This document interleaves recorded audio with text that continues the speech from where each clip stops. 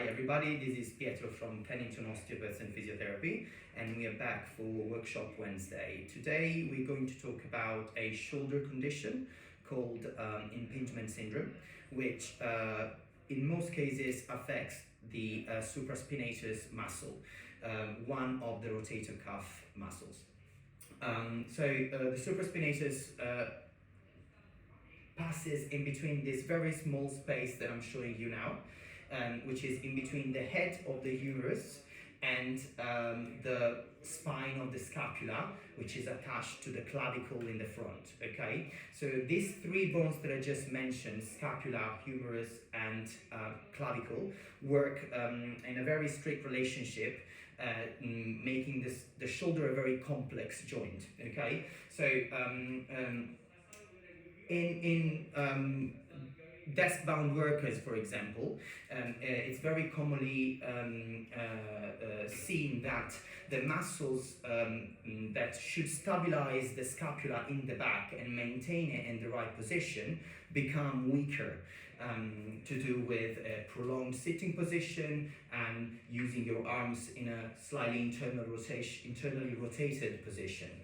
So what happens is that the scapula starts moving slightly forward and, as we say, laterally, anteriorly. So it comes slightly from this position over here, reducing this space, okay, which as a result has a compression on the tendon of the supraspinatus, which can cause pain in most cases around this area of the shoulder, so in the front of the area, but also as a consequence, pain can refer down to the bicep or the side of the shoulder, okay? So let's try and see this on a real person. So I'll move the skeleton away and Jake will come in.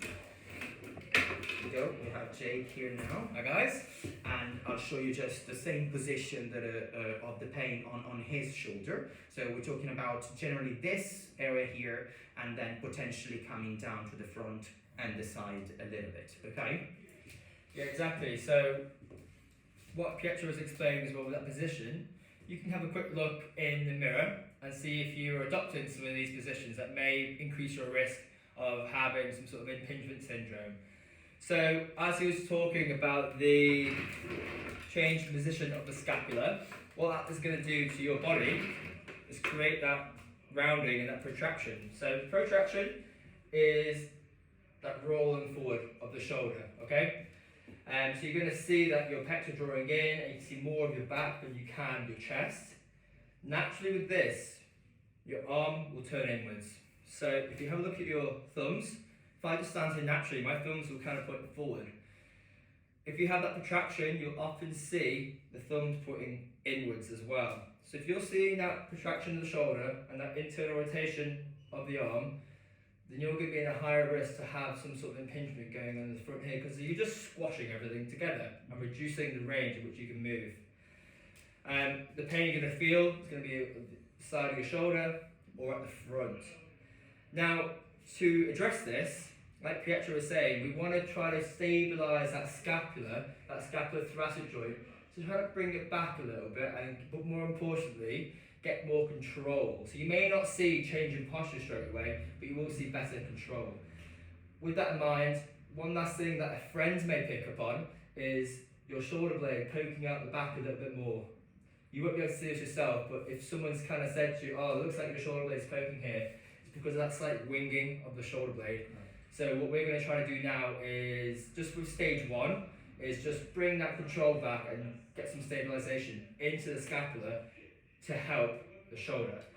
So Pietro, what exercise are we going to start on? Right, so I think we're going to show today the first three exercises that would be potentially given to a patient during their first session with an osteopath or a physiotherapy, but actually also something that they could apply themselves at home before going to see a practitioner in case they thought they could suffer from this condition, let's say. So there's no harm in trying these exercises by yourself at home, and then if they are helpful, then you know that you're probably working in the right direction, If there's still pain coming up and they don't help your pain, then of course it's always best to go and see a physiotherapist or an osteopath that can advise better on diagnosis. Okay, so let's start with the basic exercises. So if you turn around, Jake, I'm just going to show something quickly again on you. So if this is Jake's scapula, okay, you can see how there is quite a big bone. So on this bone, there's lots of muscles attaching. Okay, so we're talking about high muscles, mid-range muscles, and low muscles. Okay, so these are all stabilizers of the scapula, let's say, and we want to address the 3 levels so that we make sure we help the scapula really sit back in the right position. Okay, so today I'm going to show 3 exercises that will target each level. Okay, so let's start with the first one. And actually, let me say, we're going to use for the 3 of them an elastic band. Okay, so get yourself one of this. Very easy to get off Amazon, and you know it's a very good tool to have at home for any type of exercise. So I think it's pretty useful to utilize for rehab of this type of condition as well. So let's start with try and target the high muscle. Okay, so we're talking about trapezius and high rhomboids. So what I'm going to ask Jake to do is to step on the elastic band with both feet and hold the elastic band along the side, exactly. So the first important thing to show a patient is the correct starting position. So if this is Jake's neutral position, I'm just going to ask him to try and bring the scapulas together and get into a sort of braced position. Okay, so that's the first part of the exercise. And then the movement that we're going to try and do is actually by keeping the elbows straight. I'm just going to ask Jake to shrug. So bring both shoulders up, okay, as high as he can, and then hold it for 5 seconds. 4, 3, 2, 1, and then return, but very slowly. And again, the return is done with a maintained braced position, okay? And then up again, 5 seconds up, and a very slow return to a braced position, okay? So this could be done like for 10 repetitions, for example. And that's exercise number 1, so shoulder shrugs.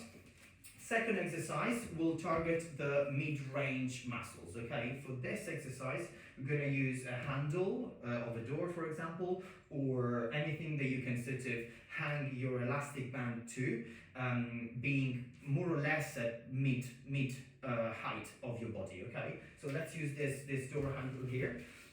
I'm going to give you a loop around and have a similar length of the elastic band on both sides. Okay, so we're going to tense the elastic band first, and then we're going to make sure the elbows are kept very close to your waist here. Okay, again, we can show a very neutral position of the scapulas first, and then I'll ask the patient to brace together. That's it. And then from this position here, maintaining always this position throughout the exercise, I'll ask Jake to bring his elbows backwards as far as possible, maintaining the braced position. 5 seconds, 4, 3, 2, 1, and then return very slowly to a braced position. Perfect. And then again. Again, 10 repetitions of this one, which will target more the mid-range muscles, okay? Great. Then, third exercise for the lower range muscles will need a high angle. So we're going to find a way to hang the elastic band either with a knot over the door, okay, which could be helpful just and simple like this, and then you can just close the door on the knot. Yeah, exactly. So maybe let's try and do a more simple variation of this, because we're going to still work on both arms just to show you how it works that way. So if we do it this way, perfect, and you can have both ends in your hands, perfect. So in this, with this exercise, we're going to try and pull the elastic band enough to create tension in order for your arms to be quite straight, okay? Very good. And then from this position here, we're going to just showing you the range of motion quickly from the side on myself. So this is called protracted position of the scapula, and this is a retracted position of the scapula. This is the range of motion within which we're going to exercise, okay? So seen from the back, we have a slight higher angle here, perfect, and a protracted position to start with.